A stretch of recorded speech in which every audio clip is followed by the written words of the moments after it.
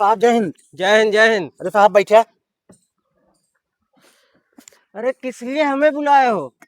अरे साहब नहीं संग झगड़ा बहाई है, मारपीट करत है, इनका कुछ निर्णय कराए साहब।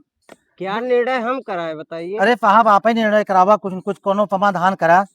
अरे आप प्रधान है, आप खुद समझा दीजिए, हमें बुलाने की क्या जरूरत है? छोटी छोटी बातों के लिए आप यार बुला लेते हो। अरे साहब आपका आवश्यकता पड़ी तभी बुलाएगी, वह आप निर्णय कुछ न कुछ कराएं, कुछ कुछ विकल्प निकालें आप।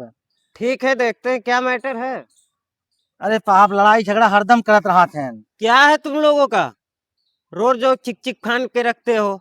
बताओ, तोहार मेहरारू अलग रहा था, तू अलग, रोज झमेला फान के रखे है यार। दोनों जने शादी ब्याह हो, कम से कम मिलजुल कर रहा। अरे का बताई साहब, कैसे मिलजुल के रही हम इनसे।